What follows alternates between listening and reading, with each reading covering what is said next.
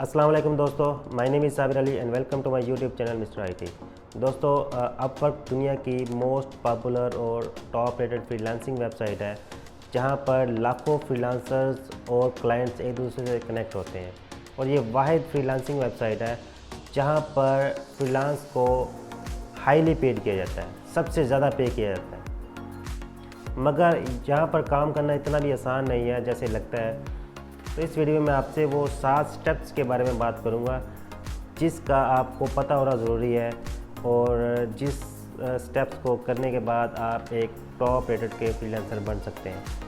तो सबसे पहला स्टेप जो है वो ऑब्वियसली एक अकाउंट क्रिएट करना है अपवर्क पे, जो नहायत ही आसान है। जस्ट आपने अपवर्क की वेबसाइट पे जाना है, वहाँ पर साइन अप पे क्लिक करना है और एज ए फ्रीलांसर आपने वो कंटिन्यू करना है और आगे फॉर्म आ जाएगा, फॉर्म फिल करना है। कंटिन्यू करेंगे तो आपका ये अकाउंट क्रिएट हो जाएगा। फाइवर जो है एक लिंक जो है वो आपकी जीमेल अकाउंट पे भेजेगा, वहाँ पर आपने क्लिक करना है, वेरीफाई करेंगे तो आपका जो अकाउंट है वो एक्टिवेट हो जाएगा। अपवर्क पे अकाउंट बनाने के बाद आपका जो दूसरा स्टेप है वो है आपकी प्रोफाइल का। आपकी प्रोफाइल ही आपके काम को ज़ाहिर करती है। तो उसमें आपने क्या करना है, आपने स्किल्स ऐड करनी है, वो स्किल्स ऐड करनी है जिसमें आप माहिर हैं, जो आप काम से रेलिवेंट है।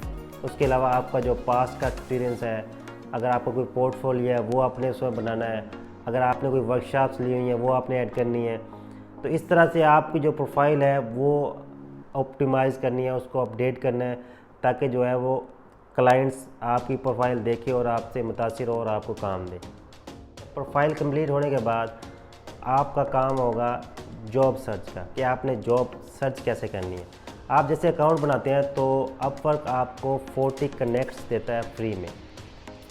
तो जॉब पे अप्लाई करने के लिए जब आप जॉब सर्च करते हैं तो उस पर अप्लाई करते हैं तो कनेक्ट्स उसके लिए हमें चाहिए होते हैं। एक जॉब पे अप्लाई करने के लिए हमें कनेक्ट्स की ज़रूरत होती है, हर जॉब पे अप्लाई करने के लिए। तो अपवर्क इसलिए आपको 40 कनेक्ट्स आपको फ्री में देता है। तो इसको आपने बड़े ध्यान से इस्तेमाल करना है। ये नहीं है कि जो भी जॉब आई उस पर अप्लाई करते हैं, नहीं। जो जॉब आपके रेलेवेंट है और आप कहते हैं कि नहीं ये मैं कर सकता हूँ और ये एक यूनिक जॉब है, तो उस पर अप्लाई करें, क्योंकि कनेक्ट्स जो है वो आपने बड़े ध्यान से इस्तेमाल करने होते हैं। अगर कनेक्ट्स ख़त्म हो गए तो आप मज़ीद जॉब के लिए अप्लाई नहीं कर सकते। इसके अलावा अगर आपके कनेक्ट्स ख़त्म हो जाते हैं तो अपवर्क जो है, अपवर्क पे आपको फिर कनेक्ट्स परचेज़ करने पड़ते हैं, जो कि $15 में आपको 100 कनेक्ट्स देता है। तो एक जॉब पे अप्लाई करने के लिए जो कनेक्ट इस्तेमाल होते हैं वो 4 से लेके 8 तक, 2 से लेके 8 तक। अगर कोई जॉब छोटी है, मतलब $10 की, $15 की या $5 की, तो उस पर जो कनेक्ट्स इस्तेमाल होते हैं वो 2 होते हैं। अगर बड़ी जॉब है, $10 पर आवर है या $20 पर आवर है, $30 पर आवर है, $40 पर आवर की जॉब है, तो उस पे आपके जो कनेक्ट्स हैं वो 8 कनेक्ट्स भी आपके इस्तेमाल हो सकते हैं। तो कनेक्ट्स को आपने बड़े ध्यान से इस्तेमाल करना है। तो शुरू में आप कोशिश करें कि छोटी जॉब्स पे आप अप्लाई करें, ताकि आपकी जो 40 कनेक्ट्स हैं वो मैक्सिमम जॉब्स पे आपकी अप्लाई हो जाएँ। उसके अलावा जब आप अकाउंट बना लेते हैं तो जब आपसे वो शनाख्त के बारे में आपसे पूछता है अपवर्क, आप अपना ID कार्ड या ड्राइविंग लाइसेंस वगैरह अपलोड करते हैं, तो जब आपकी शनाख्त वेरीफाइड हो जाती है तो उसके बाद भी आपको वो 20 कनेक्ट्स एक्स्ट्रा फ्री में देता है।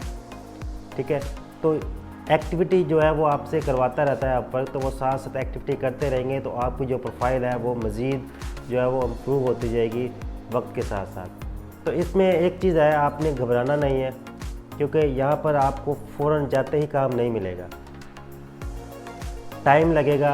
आपने इसमें कमिटेड रहना है, पेशेंट दिखाना है अपना, और मेहनत करनी है। और इसके साथ साथ वक्त के साथ साथ आपने डिसहार्ट नहीं होना कि मेरे तो कनेक्ट भी ख़त्म हो गए, मुझे अब जॉब नहीं मिल रही। तो इस पर आपको हर महीने जो है वो फ्री मेंबरशिप जो है वो कनेक्ट्स भी देते हैं, 10 जो है वो हर महीने। ठीक है, उसको भी इस्तेमाल करना है। अगर आप इन्वेस्ट करना चाहते हैं तो $15 से आप 100 कनेक्ट्स भी इस्तेमाल कर सकते हैं। तो इसका ये है कि जितने ज़्यादा कनेक्ट्स आप इस्तेमाल करेंगे तो आपको जॉब की अपॉर्चुनिटीज़ उतनी ज़्यादा मिलती है। ठीक है, तो कनेक्ट्स का आपने बड़े ध्यान से ही इस्तेमाल करना है। अच्छा, तो जब आप जॉब सर्च कर लेते हैं, उसके बाद जो अगला स्टेप है वो प्रपोज़ल सबमिट करने का है। तो जब आप प्रपोज़ल सबमिट कर रहे होते हैं तो उसके अंदर जो मेन चीज़ होती है वो होती है कवर लेटर। कवर लेटर में आपने ये जॉब से रिलेटेड ही चीज़ें लिखनी होती हैं। मिसाल के तौर पर अगर क्लाइंट जो है वो डिमांड करता है कि मुझे एक ऐप डेवलपर या एक आईफोन के लिए एक एप्लीकेशन चाहिए जो स्विफ्ट में बनी हो, तो आपने उस कवर लेटर में उससे रिलेटेड ही चीज़ें लिखनी है कि मेरा ये तजर्बा है, मैंने इस चीज़ में काम किया हुआ है, और आपने जो एक्सपीरियंस अपना शो करना है वो रेलेवेंट होना चाहिए उस काम से। ठीक है, ये नहीं है कि आपसे वो डिमांड एप्पल डेवलपर का कर रहा है और आप उसको एंड्रॉयड डेवलपर अपने एक्सपीरियंस शो कर रहे हो, तो क्लाइंट आपसे सेटिस्फाई नहीं होगा और वो आपके कनेक्ट्स वेस्ट हो जाएंगे। ठीक है, जब आप प्रपोज़ल सबमिट कर देते हैं तो उसके बाद आपको वेट करना पड़ता है, क्योंकि क्लाइंट जो है वो बाज़ और क्लाइंट जो है वो फ़ौरन रिप्लाई करते हैं, फ़ौरन आपसे इंटरव्यू शुरू कर देते हैं। इंटरव्यू का मतलब मैसेज पे चैट होती है। ठीक है, तो फ़ौरन इंटरव्यू शुरू करते हैं। काफ़ी जो क्लाइंट्स हैं वो बड़ा टाइम लेते हैं, 5 दिन बाद 10 दिन बाद वो दोबारा ऑनलाइन होते हैं, तो देखते हैं किन किन लोगों ने सबमिट किया है प्रपोज़ल, तो उनसे वो फिर वो बात करते हैं।